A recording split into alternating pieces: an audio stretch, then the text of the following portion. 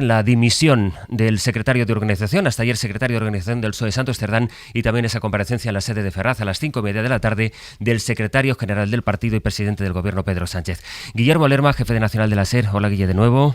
Hola de nuevo, Sastre. De momento lo que tenemos en esta parte en la que estamos es esto, la dimisión de Cerdán y las explicaciones de Sánchez.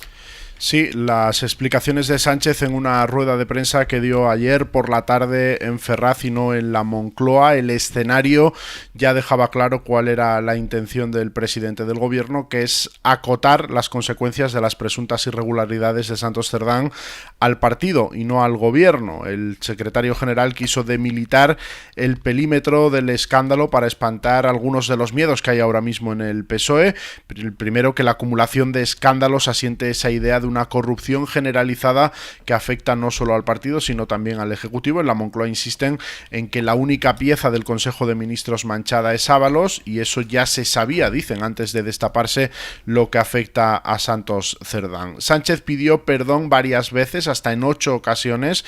Reconoció que hasta el final se creyó la palabra de Santos Cerdán, con el que habló en varias ocasiones en el día de ayer, y fue contundente al decir que no debió confiar en él. Yo le conozco desde 2014, es decir, son 11 años. He trabajado con él codo con codo. Ha sido, hasta el día de hoy, mi secretario de organización. Desde luego, como he dicho antes, para mí es una enorme decepción. Una enorme decepción. Lo segundo que preocupa en el PSOE es los efectos que esto pueda tener para la legislatura. El presidente quiso dejar claro que sus planes no cambian, que las elecciones serán en 2027 y que él tiene intención de presentarse. Convocatoria electoral no va a haber hasta 2027, porque, como he dicho antes, esto no va de mí ni del Partido Socialista, va de un proyecto político que está haciendo cosas buenas por nuestro país. Creen los socialistas que los socios parlamentarios no han perdido la confianza en ellos, sino en el que era el interlocutor principal de uno de esos grupos que conforman la mayoría parlamentaria, como es Junts. Y el tercer temor, Sastre, es que crezcan las acusaciones o sospechas sobre una posible financiación ilegal. Los socialistas insisten en que no ven nada en el informe de la UCO que apunte a ese extremo. Lo que buscaban, dicen, era beneficiarse ellos y no al partido. En cualquier caso, para despejar las dudas, Sánchez anunció la puesta en marcha de una auditoría externa. Vamos a hacer esa auditoría externa para eliminar cualquier sombra de duda que pueda tener, lógicamente, la ciudadanía después de conocer las informaciones de hoy. La otra medida que ha adoptado Sánchez se llevará a cabo en julio, cuando se celebre el Comité Federal, y son esos cambios en una ejecutiva federal que lleva 6 meses en el cargo. Veremos hasta dónde llegan esos cambios en la cúpula del partido. Veremos también cuáles son las sensaciones dentro del PSOE, por lo que le preguntaremos luego a las 9 a Óscar López. Guille, gracias. Hasta luego. Una auditoría, cambios en la ejecutiva, la frase de que esto no afecta al gobierno y que está decidido a continuar, Gonzalo, hasta 2027. La pregunta es si crees que con esto alcanza para zanjar la crisis. Pues no, creo que no es suficiente, aunque seguramente ayer no podía hacer mucho más. En primer lugar, sí que hay que destacar que seguramente en otros partidos el presunto corrupto seguiría en su cargo. Y eso ya es una cosa no a celebrar, pero sí que creo que es necesario constatar, dado el recorrido de corrupción partidista que tenemos en este país. En segundo lugar, cabe mencionar, quizás no se está señalando todo lo que creo que se requiere, que son 2 secretarios de organización seguidos, designados por el mismo secretario general, en un partido con una estructura crecientemente oligárquica, es decir, en el que el núcleo organizador de Madrid es el que dirige toda la estructura regional, autonómica, y que por lo tanto la idea de que esto es una cesta muy aislada, impermeable al resto, o que no permea al resto más bien, es algo que requiere aclarar. Es algo que se requiere aclarar, porque son 2 cargos importantes, son 2 cargos con un calado tremendo en toda la estructura del partido, y por lo tanto perimetrarlo, encapsularlo en solo 3 personas corruptas desde un punto de vista ético no es tan fácil. Y en tercer lugar, y esto quizás es lo más relevante porque permite o alude al salto al Ejecutivo, esa auditoría, que por otro lado está en la ley de partidos y que creo que tampoco tiene tanto mérito anunciarla, debería alcanzar a los departamentos de los ministerios que están concernidos por esta contratación, estas contrataciones corruptas, ilegales. ¿Por qué? Porque efectivamente es ahí donde el problema pasa de el partido al gobierno, en los niveles administrativos que corresponda. Y por lo tanto es ahí donde hay que dar cuenta efectivamente de que otras personas han participado tácita o activamente, conscientemente, de este tipo de acciones, ¿no? En fin, por lo tanto, yo creo que las medidas que debe tomar el gobierno para atajar esto van mucho más allá de estas 3 disculpas. Podemos hablar después de las consecuencias políticas, del perdón que yo creo que se le debe también a los socios, en concreto al socio de la coalición, y podemos hablar incluso de por qué los partidos políticos de una manera reiterada vuelven a caer en este tipo de corrupciones, ¿no? Ya hace 15 años de las manifestaciones del 15M, cuando parecía que la forma de partido era algo a superar y que de alguna manera veíamos como innecesario porque estructuralmente abocaba a desastres como estos.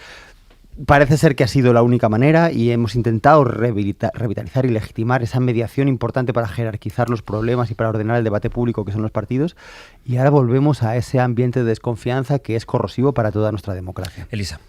Sí, no, muy de acuerdo. Yo creo que no se puede disociar, y menos en este caso, el problema del partido con el gobierno. En primer lugar, porque como ha indicado Gonzalo, el único que manda en el partido es Pedro Sánchez. Es decir, eso está clarísimo. Y son sus 2 secretarios generales de organización y personas de su máxima confianza.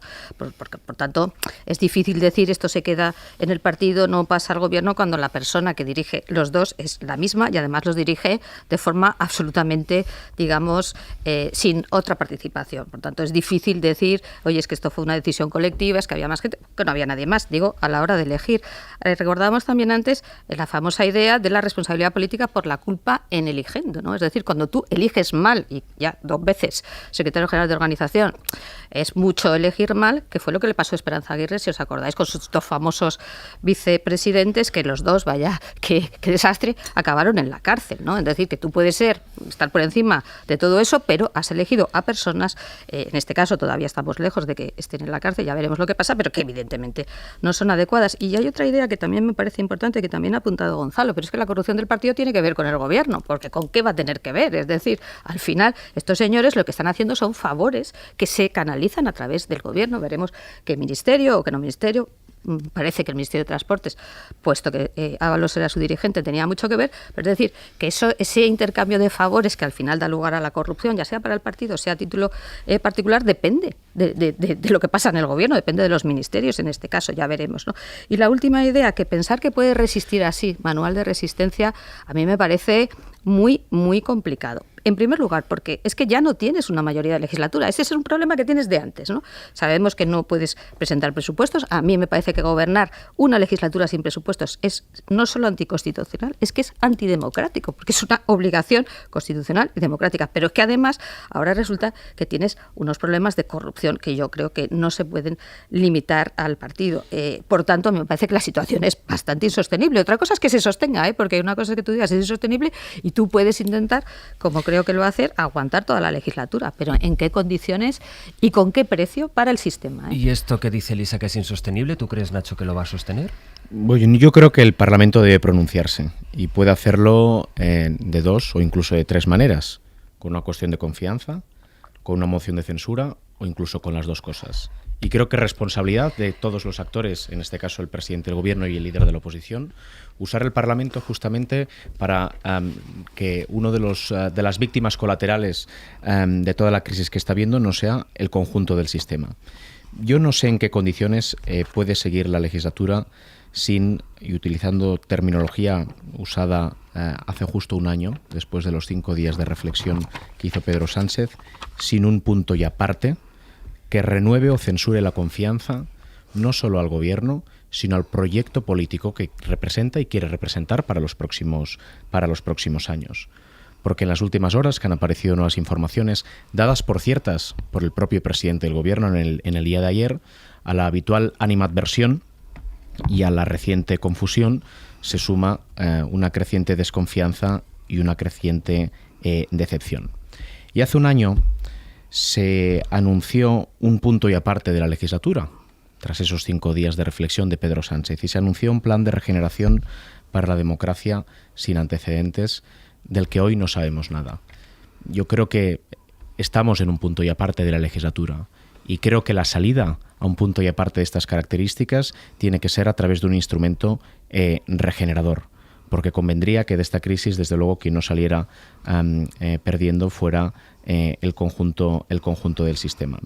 Insisto en que las informaciones que han salido en los últimos días fueron dadas por ciertas ayer por el presidente del Gobierno. Eso es lo que fuerza en su palabra forzar la dimisión de su secretario de organización. Unas informaciones que afectan al corazón del Partido de Socialistas, a 2 secretarios de organización, y que hacen daño porque cuestionan la esencia del proyecto político presentado hace 7 años. Y solo creo que hay una forma de poder continuar la legislatura, que es renovando la confianza hacia un proyecto político para los próximos años. Y luego hay otro debate que supongo que a lo largo de la mañana tendremos tiempo de tratar, que tiene que ver con, los aparentes no aprendizajes de la anterior década, ¿no? Porque en este país, pese a todo, han sido juzgados presidentes autonómicos, han sido juzgados ministros, han sido juzgados incluso personas de la familia del rey, lo cual significa que pese a todo la democracia avanza. Y en ese contexto a uno se pregunta a veces qué es lo que lleva a alguien entonces a ser corrupto si el sistema acaba funcionando. La impunidad, la inconsciencia. Yo creo que probablemente la ausencia de moral. Y es lo que explica ese tipo de comportamientos.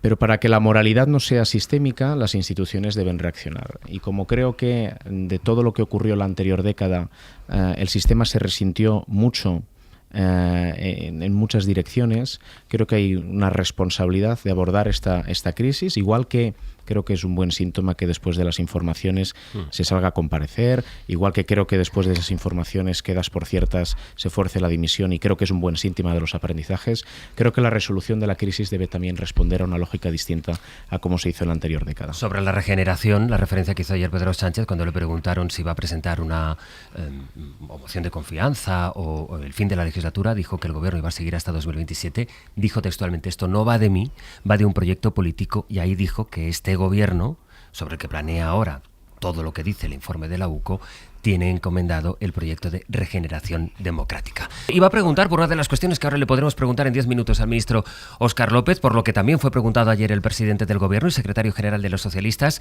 ¿qué dice el informe de la UCO, que ya está en manos del juez del Supremo, sobre la posible o no financiación ilegal del Partido Socialista? Bueno, no hay una acusación formal, una pistola humeante, pero sí una sombra de sospecha que planea a lo largo de las casi 500 páginas de informe. Como cuando Santos Cerdán dice son 550.000 y de ahí descontamos una parte para Ábalos y Koldo y el resto para qué o para quién. O como cuando el empresario José Ruz habla de las ganaderías para referirse a empresas que eran de la ganadería del PSOE o del PP, y lo malo que sería que algunas se quedaran fuera del baile o supuesto reparto de adjudicaciones. El hecho de que, según Koldo, Santos Cerdán se enfadase porque Ábalos había decidido actuar con empresas a espaldas del partido. ¿Implica eso que había otras de cara al partido? Junto a estos indicios, el informe también recoge inferencias de la UCO que parecen un error, como atribuir sospechas de financiación ilegal a una conversación entre Koldo y el director general de Carreteras, en la que el asesor de Ábalos le dice al alto cargo que le van a llamar de la gerencia del PSOE para pedirle el impuesto.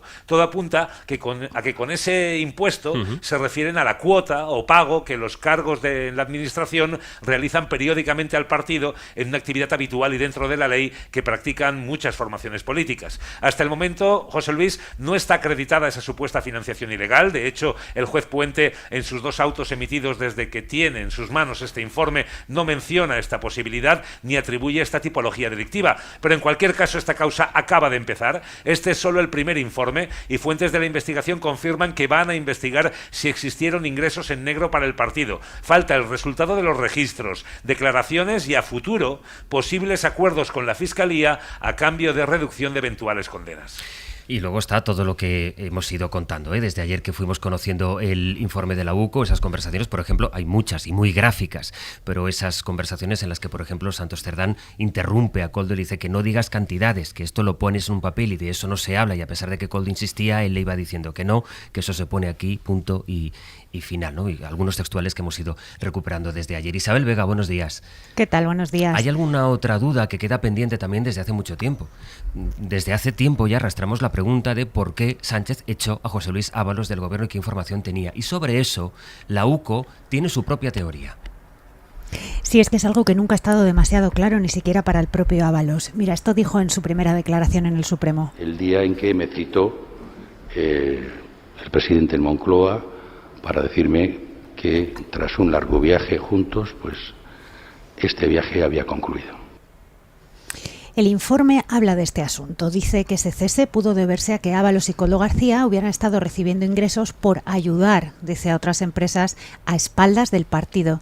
Se apoya en esa conversación que mencionabas, en la que Koldo habla de 450.000 euros en sobres y Santos Cerdán le manda a callar y ponerlo mejor por escrito. Cuando Ábalos se retira de esa conversación a tres, siguen los dos hablando y Cerdán pregunta a Koldo si ha cogido dinero de empresas porque le llega ruido de Aragón, de Euskadi y de Andalucía y considera que esto hay que pararlo. Para la UCO, que de unos dineros haya reproches y de otros no, apunta que habría dos operativas. Una, la de las mordidas de obra pública que habría estado gestionando para ellos Santos Cerdán. Ya hay una primera estimación de unos 620.000 euros que les habría ido entregando. Y otra operativa a espaldas del partido en la que se habría hecho la misma mecánica de amaños de obra pública, pero con empresas más pequeñas, algunas de ellas introducidas por el comisionista Víctor de Aldama. Esa conversación es de enero de 2021 y ahí encuentra la UCO el contexto de ese inexplicado cese de Ábalos que se produjo justo 6 meses después. Dice que ese sería el origen. Ven que las dos cosas están conectadas, porque ahora nos contaba Campos que es precisamente una de las cosas, una de las, en fin, tesis que podría apuntar o que desliza la UCO, que podría apuntar hacia una posible financiación ilegal de la que no se habla explícitamente. Isabel Campos, gracias. Hasta luego. A ti, buen día. Ahora contaba Elisa el caso, Nacho, de Esperanza Aguirre y aquella responsabilidad de elección de la que tanto se habló. Bueno, pues en este caso, ayer le preguntaba, creo que era Fernando Garea quien le preguntaba al secretario general del PSOE, ¿es su actual secretario de organización y su anterior secretario de organización? Es evidente que de forma sucesiva, si dos secretarios de organización tienen conductas cuyas informaciones apuntan a que son delictivas y que tú mismo las das por ciertas, que hay algún tipo de responsabilidad. Y para mí la derivada de toda la crisis tiene que ver con la resolución, porque hay algo que yo sí que comparto con una afirmación que ayer hacía el presidente del Gobierno, que tiene que ver con aquello que señalaba de no es posible la corrupción cero, pero sí es posible la tolerancia cero. Eso exactamente en qué se concreta, ¿no? Sobre todo porque un escenario que creo que es indeseable para todos, también para la propia organización que representa Pedro Sánchez, para el Partido Socialista, es construir 2 años de la legislatura en los que cada día, porque los tiempos procesales son unos, porque es evidente que hay en circulación muchísima información, además de distinto grado de importancia. Estamos viendo en los últimos días filtraciones que revelan posibles delitos y hemos visto incluso hasta comentarios de chascarrillo criticando un compañero a otro que no son de la misma relevancia. Pero en cualquier caso, lo que es cierto es que parece, y por las últimas semanas es más evidente, donde ha habido mucha confusión por todas esas filtraciones relativas a esa trama empresarial de los hidrocarburos, que el ruido cada vez va más y a la animadversión estructural con la que algunos ya visualizaban a este gobierno, que se había añadido en las últimas semanas cierta confusión respecto a qué es lo que estaba ocurriendo. Desde luego, después de lo de ayer, lo que se añade es una decepción y desconfianza respecto a lo que ha pasado y a lo que ha ocurrido. Y creo que la única circunstancia en la cual puede continuar la legislatura es con una expresión clara del Parlamento de apoyo o no al proyecto que se quiera representar para los próximos 2 años. Insisto en la idea, y por otros motivos, que hace un año Pedro Sánchez señalaba el punto y aparte de la legislatura, que creo que es una afirmación que se puede usar para lo que está pasando esta semana. Y hablaba de un plan de regeneración democrática del que, insisto, no sabemos todavía nada. Este es el momento de ponerlo sobre la mesa y de ver si eso tiene o no la confianza del Parlamento o es más conveniente en resolver la crisis a través de otros escenarios. Pues eso sobre si el Gobierno considera que el presidente del Ejecutivo debe someterse o no, debe propiciar o no que el Parlamento ratifique o no la confianza que le expresa en una cuestión de confianza, sobre la eventualidad de una moción de censura que ayer descartó quien puede promoverla, que es Alberto Núñez Feijóo. Le vamos a preguntar enseguida a Óscar López. Óscar López, buenos días. Hola, buenos días. Son las 9 de la mañana, las 8 en Canarias, en conversación con Óscar López, ministro para la Transformación Digital y de la Función Pública, secretario general del PSOE en Madrid, ha sido jefe de gabinete del presidente del Gobierno y también fue secretario de organización del Partido Socialista. Señor López, ayer le preguntaron al presidente del Gobierno y secretario general de su partido si podía descartar que ha habido financiación ilegal del Partido Socialista. Él se remitió a una auditoría que dijo que va a despejar las dudas. ¿Usted lo puede descartar? El Partido Socialista tiene sus cuentas auditadas, los informes han sido todos favorables, en todo caso, como dijo el presidente, como no hay nada que ocultar, si hay que hacer, se hará una auditoría. Esta mañana he escuchado algunas informaciones que vinculaban una expresión de esas grabaciones a la supuesta financiación. ¿El impuesto? Sí, quiero aclarar que en el Partido Socialista hay una cuota voluntaria que pagamos todos los cargos públicos y que a diferencia de otros partidos donde ha habido sueldos y sobresueldos, aquí es al revés, aquí de tu sueldo aportas voluntariamente una cuota al partido. Entiendo que se refieren a eso y que de por ahí podrían venir las sospechas, pero transparencia absoluta y nada que temer y nada que ocultar. Las sospechas también podrían venir de que haya un empresario que diga que hay empresas que forman parte de una ganadería, en referencia a empresas, es como las llamó él, vinculadas al PP o al PSOE, o al enfado que parece que tuvo Koldo con Koldo García y Ábalos, que dicen ellos que se enfadó Santos Cerdán porque contrataban con empresas que no eran del PSOE. Esos son también indicios que podrían apuntar en ese sentido. Pues, transparencia absoluta. Mire, lo que hemos conocido, las conversaciones que hemos conocido son infumables. Absolutamente incompatibles con el Partido Socialista. Está muy bien eso de denunciar la corrupción de los demás, pero es mucho más importante actuar cuando es en casa. Y este partido actúa. Aquí no vamos a entrar en el y tú más, no. Cuando el Partido Socialista tiene algún problema, alguna duda, actúa con contundencia. Y eso es nuestro patrimonio, y esa es nuestra diferencia. Y por lo tanto la vamos a preservar y la vamos a defender. Este partido no consiente, no ampara, no oculta, al revés, actúa. Y ayer, por ejemplo, conocimos unas conversaciones y solamente del contenido de las conversaciones teníamos todos claro que era absolutamente incompatible con el Partido Socialista. Por lo tanto, actuamos. ¿Y entonces qué ha fallado, ministro? ¿Qué ha fallado? Han fallado las personas, como siempre. Las personas que son capaces de hacer esto. Y las personas que son capaces también de negar que han hecho esto. Porque ahí está la gravedad del asunto. La gravedad está en el fondo de la cuestión, pero también en negar hasta el último momento. Mire, ayer se veía, obviamente, al presidente del Gobierno muy afectado. Muy afectado, obviamente. No era solo él, éramos muchos los que estábamos afectados. En el Partido Socialista, fuera del Partido Socialista, muchos militantes, muchos votantes del Partido Socialista, muchos periodistas que habían confiado en Santos Cerdán, a los que les había negado una y otra vez que hubiera algo así. Duele mucho que se niegue algo así. Ahora bien, ahora habrá un proceso judicial, yo entiendo que él se defenderá, él ejercerá su derecho a la defensa, faltaría más, por lo tanto yo no voy a hacer sentencias, las hará el juez, las que tenga que hacer, y cada uno tiene el derecho a su defensa, pero es que las conversaciones son demoledoras, y por lo tanto ni un minuto en el Partido Socialista. Bueno, ni un minuto después de muchos años. Lo que quiero decirles es que... No, de muchos años no, después de 2 horas, vamos, es decir, el sumario lo hemos leído por la mañana. En esta dictadura bolivariana que es España, el gobierno ha leído el sumario por la mañana y tan pronto como lo ha leído ha actuado. Le recuerdo otros casos en los que se tardaron 9 años en actuar. Bueno, no se actuó nunca. No vieron ningún indicio, no había nada que les hacía sospechar ese comportamiento que debían tener, que demuestran las conversaciones que tenían Santos Cerdán, José Luis Ábalos y Koldo. Esto era algo que tenían ellos tres y que nadie podía ver. Luis, si tienes prueba de que alguna otra persona lo sabía, de verdad, dímela. Porque seremos igual de contundentes. Es decir, este partido y este presidente del gobierno y este secretario general han demostrado ser contundentes desde el minuto 1.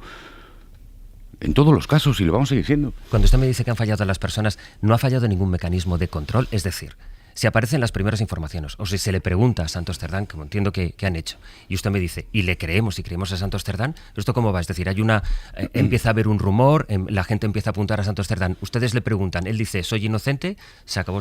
Vamos a hacer este ejercicio, hagámoslo usted y yo, ¿vale? Imagínese que se empieza a publicar que dudas sobre un colaborador suyo, que supuestamente va a venir un informe, supuestamente, esto es la información que teníamos, fin, ninguna más. Evidentemente llamas a tu colaborador, en el que tienes máxima confianza, has hecho un camino. y te lo niega. A continuación, ¿qué hace el Partido Socialista? Investigar sobre un supuesto informe que va a llegar. Esa era la información que había, no había ninguna otra, José Luis. ¿Había alguna otra información? Porque yo la única información que he visto es que supuestamente se estaba elaborando un informe de la UCO que llegaría. ¿Verdad? En cuanto ha llegado el informe de la UCO y se ha leído lo que decían las conversaciones, se ha actuado con contundencia. Y para mí es muy importante lo que piensen millones de personas progresistas que hoy están dolidas y que saben que no somos lo mismo y que en este partido no se va a pasar ni una es ni una. Esto es muy importante. ¿Qué explicación le da al hecho de que José Luis Ábalos desde dentro del gobierno pudiera haber organizado o montado esta estructura en la que luego conectaba con el partido a través de Santos Cerdán? Es decir, desde dentro del gobierno, ya no le pregunto por el partido, ya me ha dicho, desde dentro del gobierno, ¿no cree que han fallado también mecanismos de control?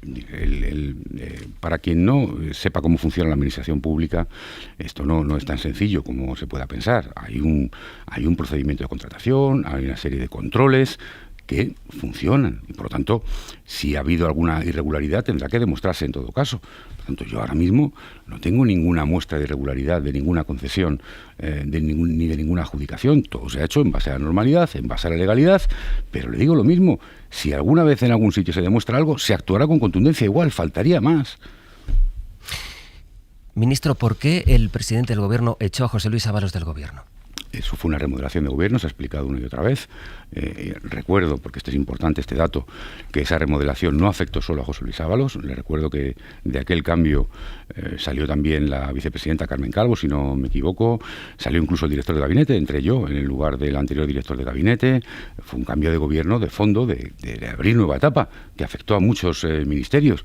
Fíjese, si usted me dijera que hubiera sido un caso aislado, de una persona aislada y que hubiera, pues quizás entiendo que pudiera haber alguna duda, pero es que en esta ocasión estamos hablando de que, si no recuerdo mal, esto fue a mitad de legislatura y era el clásico cambio que hacen todos los gobiernos, donde se hace una remodelación profunda del gobierno para arrancar una etapa nueva. O sea que la destitución de Ábalos, aunque luego fue diputado, fue en las listas del PSOE por Valencia, la destitución de Ábalos no tiene nada que ver. Usted me puede volver a confirmar aquí que esto no tiene nada que ver con que ya había información o sospechas en torno a la figura de José Luis Ábalos. Absolutamente, es más. Yo creo que al Partido Socialista se le puede acusar de muchas cosas, pero de lo que no se le puede acusar es de no haber actuado.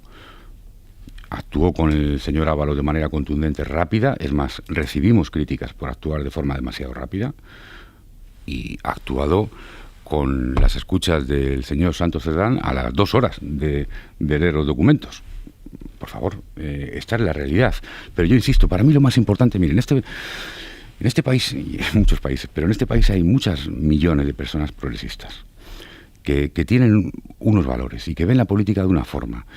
Y hay mucha gente que da el paso de meterse en política y que comprometemos nuestra vida personal, muchas cosas comprometemos. Y desde luego, comportamientos como estos, conversaciones como estas, duelen mucho. Y son incompatibles. Y para mí es muy importante, fíjese, llevamos, no sé, 15 minutos de conversación, no me habrá escuchado usted, el y tú más, ni una sola vez. Yo le estoy hablando de mi partido y de los casos que afectan a mi partido. Y le estoy diciendo que vamos a actuar con contundencia absoluta. Y así va a ser. ¿Qué responsabilidad tiene la persona que eligió a Santos Cerdán como secretario de organización y a José Luis Ábalos como secretario de organización? Pues evidentemente, como dijo ayer el presidente del gobierno, está muy dolido porque evidentemente se ha equivocado confiando en esas personas. Por eso pidió perdón. Y, oiga, no está de moda eso de pedir perdón en política. Y cuesta y duele, y más cuando es un momento como ese, donde me imagino todo lo que ha pasado por su cabeza después de tantos años, después de haber confiado tantas veces, después de que te negaran a la cara algo. Imagínese usted lo doloroso que es eso. Pero eso no te puede impedir ni te puede anular el juicio. Y tienes que actuar. Y el presidente del gobierno ha vuelto a demostrar que ha actuado con contundencia. ¿Y puede seguir al frente del partido y del gobierno? Es que es al revés. Es que si no hubiera actuado como ha actuado, entonces no podría seguir. Es bajo su mandato bajo el que el secretario de organización actual y el secretario de organización anterior tenían conversaciones como las que hemos visto, hablando de repartirse comisiones. Y son intolerables. Pero el responsable será el presidente del gobierno. El presidente del gobierno es responsable de actuar, de tomar decisiones, y eso es lo que está haciendo. ¿No cree que de haberlo impedido? Hombre, pero vamos a ver, pero ¿cómo impide usted? Pero vamos a ver. Nadie está libre de tener un caso de corrupción. Nadie está libre de que le engañen. La responsabilidad de los casos de corrupción afecta a las personas que han cometido eso. Pero hay una responsabilidad también que nos afecta a todos, a las organizaciones, a los partidos. Y por lo tanto, al que haya cometido cualquier caso de corrupción tendrá que responder ante la justicia. Y los partidos respondemos tomando decisiones, actuando. Yo he visto partidos que expulsan a quien denuncia la corrupción en su partido, pasó con el PP, con el señor Casado, y he visto partidos como el mío, afortunadamente, por eso estoy en este partido, que no pasa ni una. Ministro, honestamente, si este caso hubiera pasado en el Partido Popular y hubiéramos conocido esta mañana estas conversaciones entre dos de sus antiguos secretarios de organización, ¿usted no estaría pidiendo la dimisión del secretario general o presidente de ese partido? Yo pedí la dimisión de Mariano Rajoy, que estaba en los papeles 1000 veces. ¿Se acuerda usted que estaba en los papeles? ¿Se acuerda usted? Bueno, todavía no hemos sido capaces de saber si M. Rajoy era Mariano Rajoy.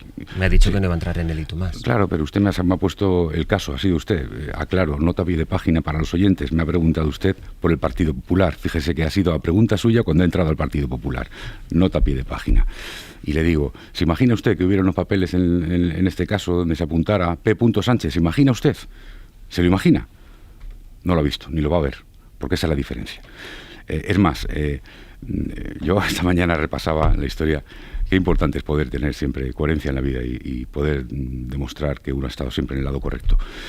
3 o 4 años después de que el diario El País, creo que fue El País el primero, sacara los papeles de Bárcenas, hubo elecciones, 3 o 4 años después, y luego hubo una investidura del señor Rajoy. Y algunos, usted recordará que hubo una quiebra muy grande dentro de mi partido, defendimos que había que votar que no a la investidura del señor Rajoy, siempre, una y otra vez. Después de haber leído, 4 años después de haber leído en los papeles que ponía M. Rajoy.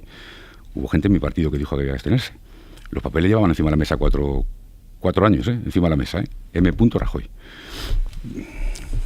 Déjeme preguntarle, ahora voy a preguntarle por la continuidad del gobierno, la estabilidad, porque ayer el presidente del gobierno dijo que va a seguir hasta 2027, pero por cerrar el capítulo de Santos Cerdán, ¿usted qué palabra cree que definiría hoy más allá de la decepción? ¿Santos Cerdán lo que ha hecho es traicionar al partido? Si estas conversaciones se demuestran, ¿esto es una traición, un engaño? Yo lo que siento es lo que sienten millones de personas, mucho cabreo. Ahora, como responsable político tengo otro sentimiento, que es determinación, de no pasar ni una. Y que igual que salió primero Ábalos y luego salió Koldo y luego ha salido Santos, quien salga, fuera. Fuera, ni un minuto en este partido. Si hasta ahora han creído la versión que daba Santos Cerdán, otra de las cosas que ha ido explicando estos últimos días Santos Cerdán es que él no tiene nada que ver con el asunto de Leire Díez. ¿Qué garantías tiene usted de que no fue desde la dirección de su formación política, desde la que se promovió una suerte de guerra sucia contra la UCO que está investigando al hermano del presidente del gobierno o a la esposa del presidente del gobierno? Todos los protagonistas están fuera. Yo de verdad creo, pero te estoy hablando con la mano en el corazón, José Luis. Yo lo que noto es una guerra sucia contra el gobierno, la noto mañana, tarde y noche, porque hay que saber diferenciar. Hay cosas y cosas. Y yo, desde luego, voy a intentar defender toda mi vida, como está haciendo este partido, como está haciendo este presidente, siempre la verdad. Y siempre diferenciar, porque cuando se mezcla todo, entonces todo es igual. Y yo, desde luego, creo que usted sabe como yo, que ese asunto lo sabe usted perfectamente, como lo sabe todo Madrid, lo diga o no, usted sabe como yo, que son los coletazos de la Kitchen, que esos son los coletazos de la Kitchen, que esa es la información que se elaboró por un gobierno que espió a sus rivales políticos, y que esa información, de la que disponían bastantes personas, la estuvieron moviendo por todo Madrid durante muchos años, y usted lo sabe como yo. Pero yo lo que en este punto quisiera saber, ministro, es si Santos Cerdán habló con Leire Díez para incitarla a promover de alguna manera o que recabara información contra altos dirigentes de la UCO. Y como hasta ahora Santos Cerdán había dicho unas cosas que ustedes mismos han dejado de creer, si no han dejado de creer también esta versión y no tienen el temor desde que la propia dirección de su partido se alentara una guerra sucia contra la Unidad Central Operativa de la Guardia Civil. Mi partido no ha alimentado, ni y desde luego mi gobierno, ninguna guerra sucia contra los rivales políticos. Eso nos lo han hecho a nosotros, hemos sido las víctimas de eso, pero nosotros y muchos más, otros partidos, Podemos, los partidos nacionalistas, eso es la verdad, esa es la historia de este país. Yo siempre voy a defender la verdad y vamos a defender la verdad. Esto es muy importante, José Luis. En este partido hubo un momento donde se utilizaron los recursos del Estado para espiar a rivales políticos, para eliminar a rivales políticos. Este es un gobierno limpio, jamás ha hecho algo así y jamás lo va a hacer, y a la prueba me remito. La justicia está actuando, la policía judicial está actuando, nada que ver con lo que hicieron otros gobiernos. Cuando me habla de guerra sucia contra el gobierno, ¿de quién? De la derecha y de la ultraderecha, en sentido amplio. El Partido Popular y Vox, me está diciendo. Bueno, pero es mi opinión, Yo creo que la derecha es mucho más que el Partido Popular. hay muchas personas. Yo creo que el mensaje que dijo en su día el señor Aznar no era baladí. Yo creo que el señor Aznar hizo un llamamiento a todos aquellos patriotas que se ven... Es la historia de España, cuando uno lee y repasa la historia de España, no es la primera vez, ha pasado muchas veces, ¿no? Cuando hay personas que se sienten interpeladas cuando escuchan al señor Aznar, ese silbido para perros, ¿no? que entienden muchos, ¿no? Esto es una cruzada para salvar al país, ¿no? A un país que, por cierto, Luis, permíteme solo un minuto, bate récord de empleo. Es el país que más crece de la eurozona, es el país que sube las pensiones, sube el salario mínimo. Esta es la realidad del país. Pero la impotencia, la frustración de la derecha le ha llevado a decidir que solo hay una estrategia para acabar con este gobierno, que es una guerra por tierra, mar y aire, donde se han reproducido una serie de comportamientos, con informaciones falsas, con denuncias falsas, con montar un ruido ensordecedor que impide hablar de lo realmente importante. Pero es muy importante diferenciar, y por lo tanto, cuando hay algo, se actúa con contundencia, y cuando no, se defiende la decencia. Y con la misma pasión que estoy defendiendo que el PSOE ha actuado y va a actuar, voy a defender que en otras ocasiones, por ejemplo, para tapar la corrupción de la señora Ayuso, se ha intentado ir contra el fiscal general. Con la misma pasión lo voy a defender, porque sé que estoy defendiendo la verdad. Y la verdad es muy importante, José Luis, porque siempre sale a flote. ¿Hay jueces, cree, en esa guerra sucia contra el gobierno? Yo creo que ha habido pronunciamientos y autos judiciales muy dudosos y muy sospechosos, pero a la prueba me remito. Es que vamos, podría darle ahora ya, después de todo este tiempo, podría dar una conferencia monográfica sobre algunos procesamientos judiciales. Y en esa guerra sucia o en esos comportamientos sospechosos, ¿usted incorpora también a la Unidad Central Operativa, la Guardia Civil, que está investigando? No, yo confío en los cuerpos y fuerzas de seguridad del Estado. Es verdad que cuando haya... vamos a confiar siempre, ¿no? Porque le decía antes, ¿no? Yo recuerdo que cuando se llevó aquella denuncia falsa contra la mujer del presidente del gobierno, hubo un informe contundente de la UCO que dijo no había nada y ahí no valía. Ahí no valía, había que hacer otro. Por tanto, oiga, siempre, ¿no? Y luego le digo, en la UCO, como en el PSOE, como en el PP y como en todas partes. Habrá personas mejores y peores. Habrá personas que hagan mejor su trabajo y otras que no. Y desde luego, si alguna vez se demuestra alguna irregularidad, para adelante también, como lo exijo en mi casa. Lo puedo exigir en las demás, porque lo exijo en la mía. El problema está en quienes exigen a los demás cosas que luego no se aplican. Pero yo en mi casa lo exijo doble. Por eso estoy orgulloso de lo que ha hecho el presidente del gobierno y del secretario general, de que ha actuado, de que no le ha temblado el pulso. Y a mí eso es lo que me vale.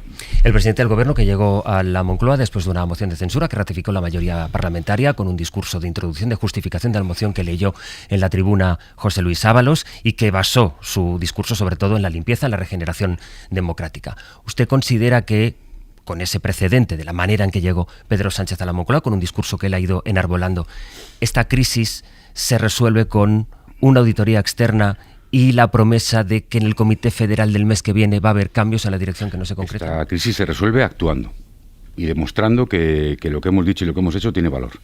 Tiene usted razón. Llegamos con una moción de censura que decía lo que decía. Por eso es tan importante demostrar que no somos lo mismo. Por eso es tan importante actuar desde el minuto uno. Por eso es tan importante que el Partido Socialista, incluso sin sentencias, esté actuando. En base, fíjese, en este caso solo a unas conversaciones. Y ya está, de raíz. Y como eso, con cualquier otro que pueda haber.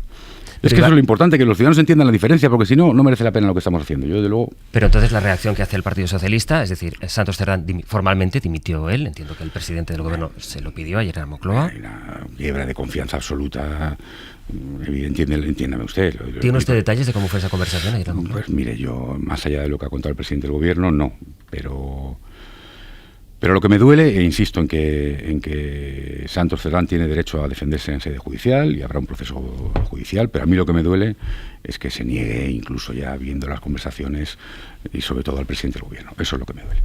Pero sobre la mesa, objetivamente, lo que hay es que el PSOE resuelve esta crisis, zanja de momento esta crisis con la auditoría y con promesas de cambio. Lo que le pregunto, porque hay voces dentro de su partido que admiten que esto se queda corto, es si con esto alcanza. Espero que esas voces de mi partido no fueran de los que defendían la abstención frente al gobierno de Rajoy, porque ahí sí que, después de haber sabido lo de M. Rajoy, espero que no sean las mismas voces, ¿eh?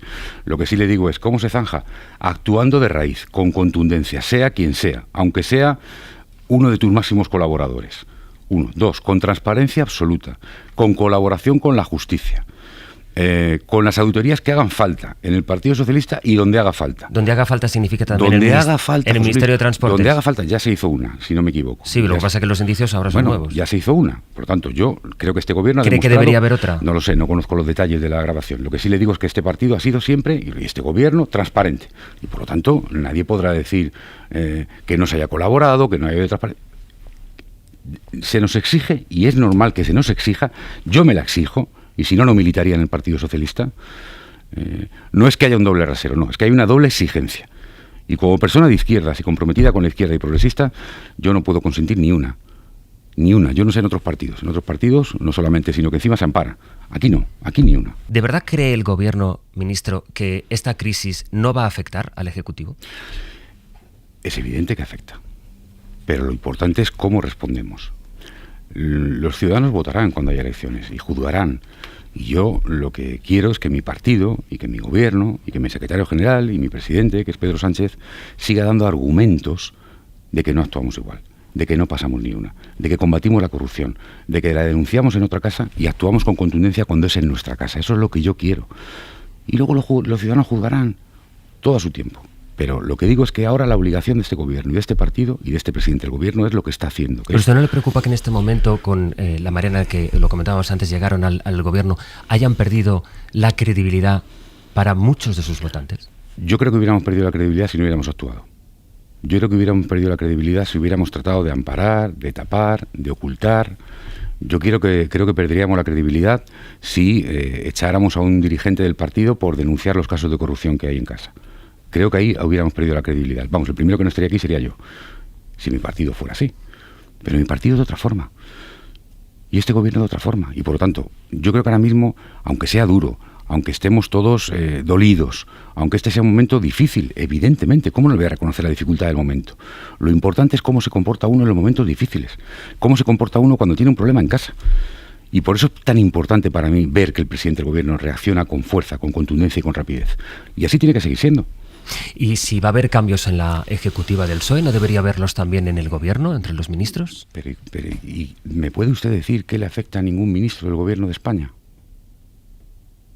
No hay ningún gobierno que pueda haber tenido responsabilidad en lo que ha ocurrido. Pero yo miro a mis compañeros del Consejo de Ministros y oiga, no tengo ninguna duda de ninguno de mis compañeros. No hay ningún caso, no hay ninguna acusación pendiente, no hay nada que afecte a ninguno de ellos. Ni siquiera por darle un impulso político al gobierno de otra manera. Que es para lo que se hacen normalmente las crisis de gobierno. Eso es una tarea del presidente del gobierno. El presidente del gobierno es quien tiene la capacidad de poder nombrar o no. Yo lo que le digo es que creo que sería bueno que en este tiempo de tanto ruido, de tanta teoría de la conspiración, de tanto bulo, creo que sería bueno de vez en cuando sujetarnos a los datos.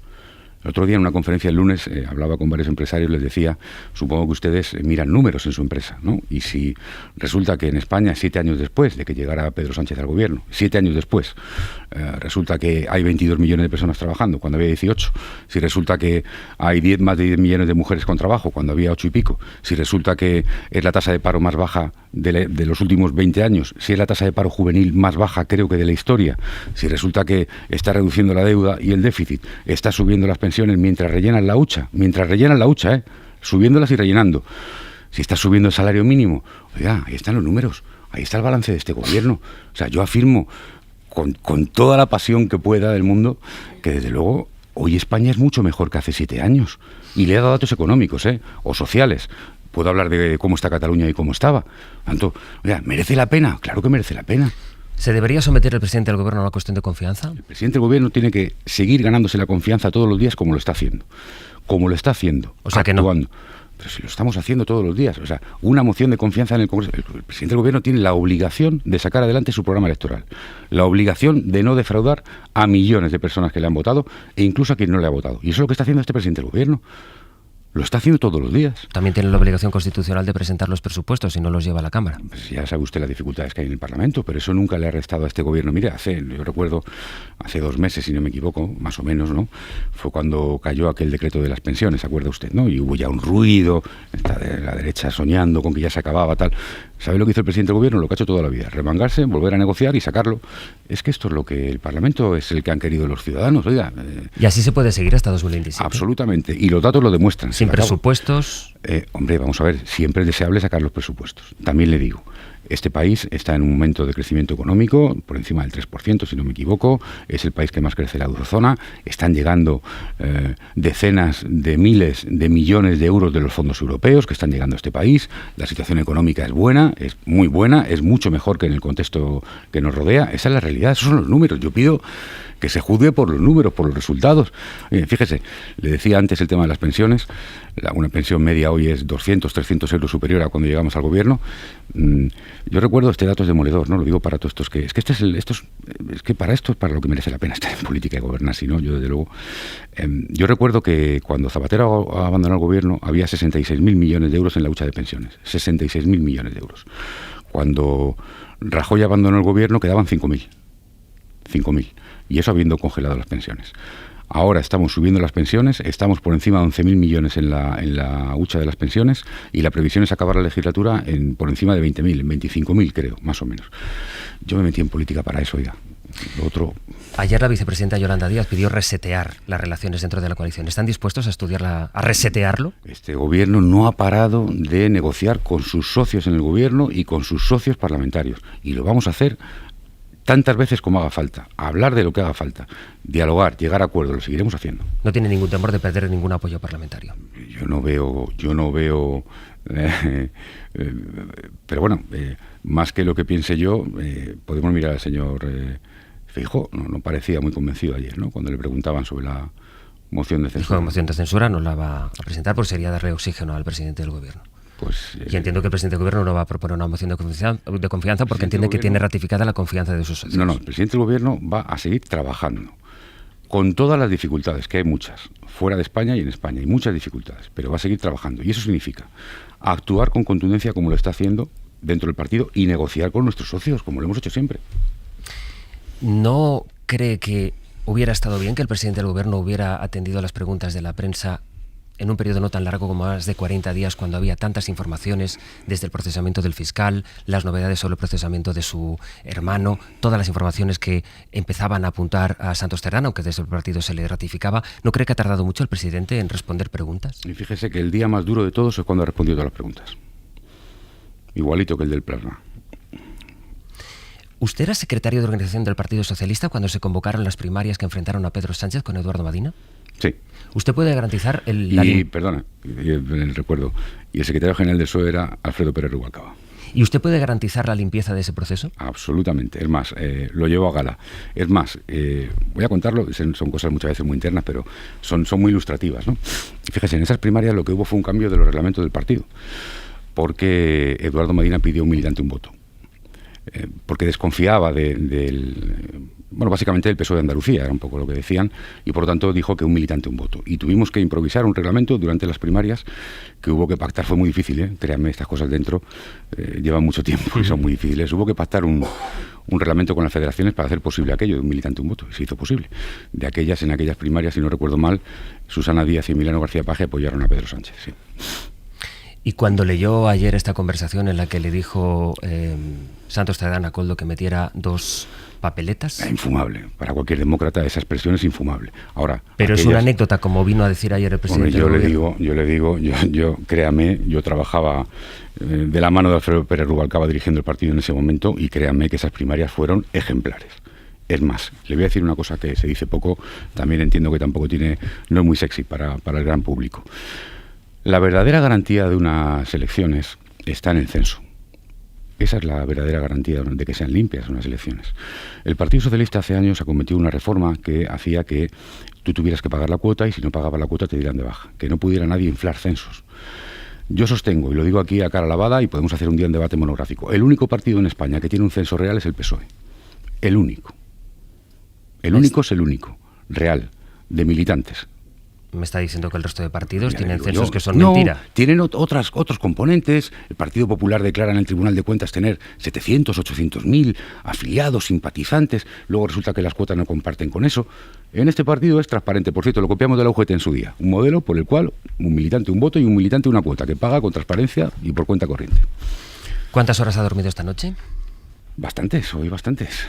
Es muy importante poder dormir bien, es muy importante, José Luis, en la vida. A mí me lo decía mi abuelo siempre. ¿Ha dormido usted bien hoy? Pero muy bien. Óscar López, ministro para la Transformación Digital, la Función Pública y secretario general del PSOE en Madrid. Gracias por su tiempo, un saludo y hasta la próxima. Muchas gracias a todos ustedes. Después de la entrevista con Óscar López y en disposición de saludar a Verónica Martínez Barbero, que es la portavoz parlamentaria de Sumar, la portavoz de Sumar en el Congreso. Señora Martínez Barbero, buenos días. Hola, buenos días. No sé si ha tenido ocasión de escuchar ahora lo que nos ha dicho el ministro Óscar López, pero ha parecido descartar, de hecho ha descartado de facto que el presidente del Gobierno se vaya a someter a una cuestión de confianza. ¿Usted cree que debería hacerlo?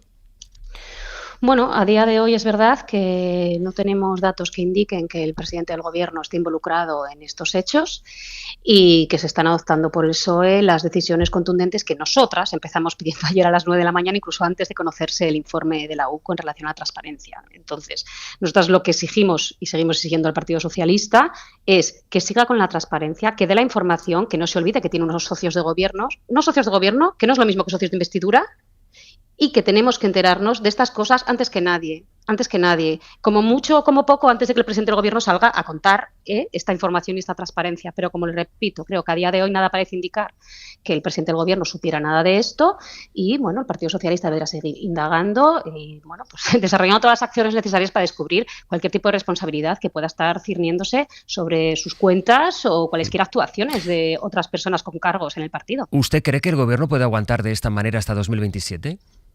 Bueno, nosotras, como dijo ayer ya la vicepresidenta segunda del Gobierno, entendemos que para que este Gobierno progresista, que es muy necesario, porque es necesario en Europa y en el mundo, fíjese lo necesarios que somos, el Gobierno de España de coalición progresista, para que se mantenga necesitamos dos cuestiones concretas. Una, necesitamos un reseteo de la legislatura. Y esto pasa por lo que decimos desde el principio de esta legislatura. No podemos conformarnos con una legislatura que sea de mantenimiento, sino que necesitamos una legislatura de transformación. ¿En qué sentido? Mire, todas estas políticas sociales que desde Sumar abanderamos, intentamos llegar adelante, nosotros queremos que el Partido Socialista ponga toda la carne en el asador. Pero ojo, porque atendiendo a lo que está pasando estos últimos días, nosotras entendemos que no basta con decir lo mala que es la corrupción, que es muy mala, no tenemos ninguna duda, creo que nadie en España, sino que hay que adoptar medidas concretas. Y por esto también pasa, y estas medidas tiene que adoptarlas y ponerse al frente de ellas el Gobierno de España. Y si el Gobierno de España o el Partido Socialista, que es la parte mayoritaria del Ejecutivo, no va adelante con estas iniciativas que ustedes reclaman, ¿eso va a tener algún tipo de repercusión dentro de la coalición? Bueno, yo aspiro a que el Partido Socialista, que creo que entiende lo que es una coalición, entienda lo que nosotras le estamos trasladando. Y nosotras, creo que lo va a entender el Partido Socialista, le estamos trasladando que las relaciones de igual a igual son lealtad. Lealtad con un socio que evidentemente no piensa igual que tú, por eso es tu socio y no tú mismo, pero que sabes que es quien ha apostado por las medidas que han hecho transformar este país en los últimos años. Es quien ha apostado por esos datos de empleo de los que presumen todo el Gobierno de España. Estas son las medidas de la reforma laboral abanderadas por Sumar y por Yolanda Díaz. Creo que hemos demostrado que sabemos gobernar y transformar este país y creo que toca que el Partido Socialista apueste por estas medidas tan necesarias. Entonces, yo francamente confío en que el Partido Socialista entienda el mensaje que le estamos trasladando y vayamos no solo adelante, sigamos adelante con este Gobierno, sino que lo hagamos reseteando y, por lo tanto, mucho mejor con lo que la ciudadanía espera. ¿Entendería que hubiera una crisis de gobierno? Bueno, yo voy a ser muy franca. El Partido Socialista, con sus ministros y ministras en el Gobierno, que creo que ya lo he respondido, ¿no? Tanto el presidente como el anterior entrevistado, como el señor Óscar López, bueno, parece que no tiene, que evidentemente no hay pruebas que indiquen que ninguno de los ministros del Gobierno está involucrado en esta serie de situaciones absolutamente indeseables y, por lo tanto, que adopten sus decisiones. Yo lo digo que nuestros ministros y ministras están haciendo un grandísimo trabajo, a pesar de tener en contra, pues figúrese usted, a todas las comunidades del Partido Popular que tienen muchas competencias en la materia, y estamos, pues todo el rato negociando, que es lo que sabemos hacer, también es cierto, con ellas, para conseguir adoptar medidas que mejoren la vida de la gente. Entonces, francamente, nosotras, por nuestra parte, en lo que los ministros de Sumar compete, creemos que están haciéndolo estupendamente y que no procede abrir ningún tipo de cambio al respecto. Verónica Martínez Barbero, portavoz parlamentaria de Sumar en el Congreso. Le agradezco su tiempo. Un saludo. Un saludo, gracias. Y por incorporar todos los elementos encima de la mesa, a partir de lo que nos ha dicho ahora la portavoz de Sumar y especialmente el ministro Óscar López, pero todavía la respuesta del Partido Popular y el debate que hay dentro del Partido Popular por si Feijóo tiene que hacer o no lo que ayer descartó que iba a hacer, que es presentar una moción de censura. David Junquera, buenos días. Hola, buenos días. ¿Cuál es en este momento, a esta hora de la mañana, las 10 menos 20, la situación, el estado de ánimo dentro del Partido Popular? Pues hay división entre las dos almas, como suele ser cada vez que hay un tema caliente sobre la mesa. Se leyó ayer Feijóo con detenimiento el informe, lo hizo en un tren en el que volvía al Congreso desde Murcia, tuvo tiempo porque estuvo, dice, más de media hora parado en el túnel de Chamartín, luego hizo una primera comparecencia, se fue a Génova, siguió sin pestañear la rueda de prensa de Sánchez y tras todo eso, nueva rueda de prensa y la misma conclusión de siempre. No está todavía el horno para mociones de censura porque en lugar de desalojar, podemos reforzar a Sánchez. Y comprenderá que yo no voy a darle un balón de oxígeno al señor Sánchez en este momento para que le ratifique como presidente del Gobierno de España. Yo no soy socio del señor Sánchez. Dicen en su entorno, no podemos censurar ahora porque podemos quedar como vencedores morales, pero si no sale, ¿qué más podríamos hacer en los 2 años que nos quedan por delante? Dan por hecho en Génova que Sánchez se va a trincherar. Esto le decía, por ejemplo, anoche Esther Muñoz a Aimar Bretos. Presidente maquillado hasta las cejas, fingiendo que estaba compungido, completamente predispuesto a la bunkerización máxima, ¿no? De hecho, incluso ya ha anunciado que se va a volver a presentar a las elecciones en 2027. Génova, ¿no? Se abona al último mantra de Aznar, cabeza fría, tensión vital máxima, el alma moderada del partido. En Andalucía o Castilla y León lo ve así, toca esperar al momento propicio, pero el alma más caliente, ya os podéis imaginar, por ejemplo, dónde, en Madrid, cree que no se va a entender que no se haga algo, que la ciudadanía no lo va a entender, aunque sea simbólico. Así que va a haber presión en los próximos días, pero en la dirección zanjan tenemos tiempo y vamos a saber usarlo. Junquera, gracias. Gracias. Nos quedan 10 minutos de análisis, así que os pido que concentremos bastante vuestras intervenciones, pero a partir de ahora sí que ya tenemos todos los elementos desplegados y a partir, Elisa, de las impresiones que os ha dejado, que ha dejado aquí en esta mesa del abierto Óscar López. Bueno, en primer lugar, que enseguida que lo del y tú más, ¿no? Eso ha dicho, no voy a entrar, pero que ha entrado desde el primer minuto y no ha sido a contestación tuya. Es un poco poner de relieve, nosotros actuamos inmediatamente, el otro partido no. Esto ha sido un poco el mantra. Segundo, ha quedado claro que no se va a asumir ningún tipo de responsabilidad política, que es de la que estábamos hablando cuando hablas de Esperanza Aguirre, evidentemente, que no va a haber una moción de confianza, eso también lo ha dejado claro, evidentemente la moción de censura no depende de él. Y quizá lo que me parece más importante es esta idea de nosotros reaccionamos inmediatamente. Vamos a ver, estos señores llevan mucho tiempo, los dos, de secretarios generales de organización.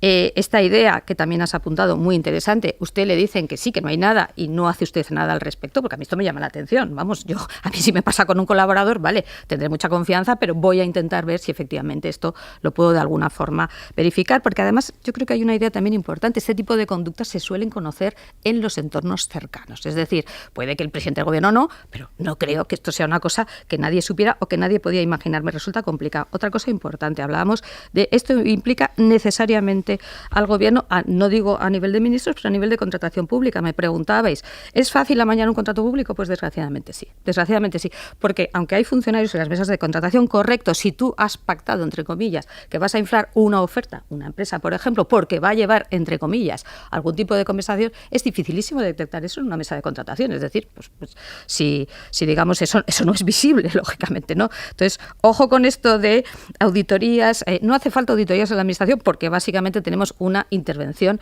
que está para eso, pero que esto es muy difícil de detectar, es lo que intento decir. Era difícil de detectar en tiempos de Bárcena, es difícil de detectar ahora, y esto quizás es una reflexión que en relación con una regeneración democrática hay que meterse a fondo con estas cosas, porque si no vamos a estar siempre rodando sobre lo mismo, ¿no? Y una cosa que quería apuntar es el tema de la guerra sucia. Claro, es que al final, sí, la UCO sí, pero hay unos jueces muy malos, pero el fiscal general, hombre, vamos a ver, lo que no puede ser es todo. Si confiamos en los procesos judiciales, confiamos, nos vengan bien o nos vengan mal, y probablemente en los procesos judiciales que tengan que ver con estos señores no les va a venir bien. Gonzalo. Pues 3 ideas fundamentales, creo. La primera, el ministro, quizás su aseveración más comprometida ha sido aquella por la que ha afirmado que Ábalos salido del gobierno por una remodelación normal, como las que se hacen normalmente en el transcurso de una legislatura, ¿no? Porque se supone negar que hubiese algún tipo de conocimiento de irregularidades que pudiesen ir más allá de lo que se sabía hasta el día de ayer, en principio, por este informe, ¿no?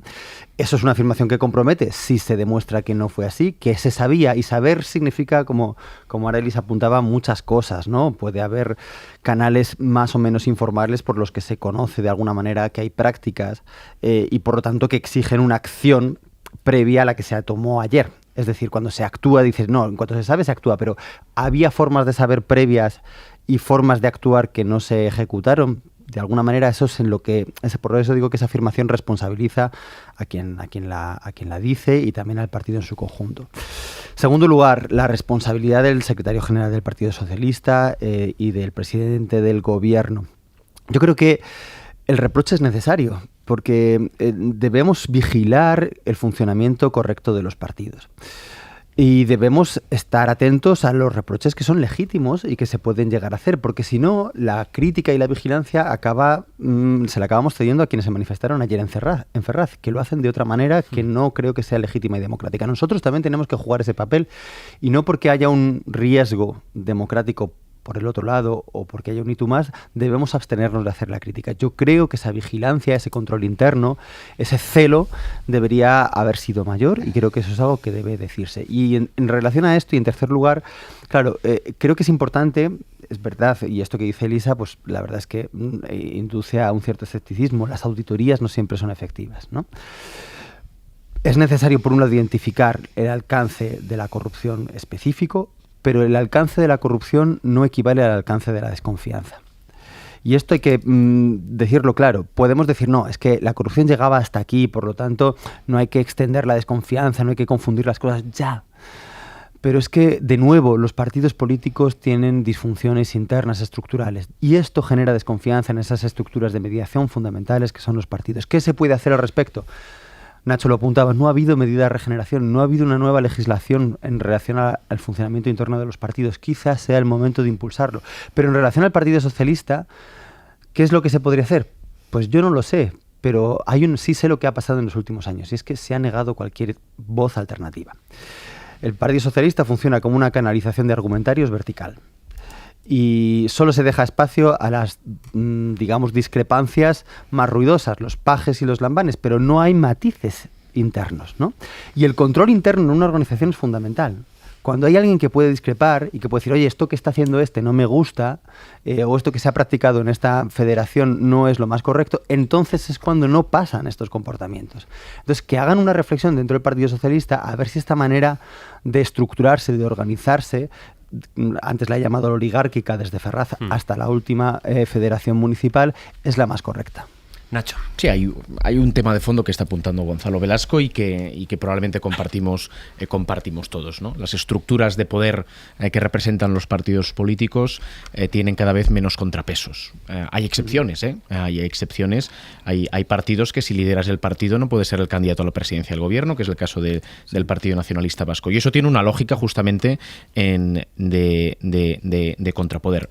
Pasa en el PSOE, pasa en el Partido Popular, es una práctica generalizada, pero podríamos hacer un doble análisis hoy, ¿no? Respecto a qué ha ocurrido en las últimas 24 horas y respecto al momento político que vivimos y cómo afecta lo que ha ocurrido en las últimas 24 horas a un momento que ya tenía unas dinámicas. Si analizamos las últimas 24 horas, aparecen unas informaciones en la noche de anteayer. Ayer se conoce ese informe que afecta al secretario de organización del Partido Socialista. A las 4 horas sale el presidente del Gobierno a comparecer y a responder a las preguntas de los periodistas. Se cesa a esta persona y el Gobierno hoy parece decidido a defender la visión de su proyecto político. Esto es lo que ha pasado en las últimas 24 horas. La realidad es que llueve sobre mojado, ¿no? Y que el momento político, insisto, se añade a una animadversión estructural por parte de la oposición que está desde hace mucho tiempo, pero a una incertidumbre, desconfianza y confusión de los últimos tiempos, donde a la legislatura es evidente que le falta un propósito. Y esto lo decía de alguna manera la portavoz de Sumar, ¿no? Cuando decía no podemos conformarnos con una legislatura de mantenimiento. Sigo insistiendo en la idea en que hace un año se planteó además casi en términos plebiscitarios los 5 días de reflexión en una lógica interna por parte de Pedro Sánchez. Él salió señalando que era un punto y aparte. Él salió señalando que era el momento de plantear una regeneración democrática nunca antes vista en democracia. Y probablemente no, de eso no sabemos nada, de eso no ha habido el punto y aparte, no sé exactamente a efectos del propósito político de la legislatura en qué evolucionó. Pero probablemente este es el momento en el que eso deba ocurrir, sobre todo para llegar a unas circunstancias a la hora de valorar para qué han servido estos años por parte de quienes lideran el gobierno y de los partidos que lo apoyan, que hagan que haya valido la pena, ¿no?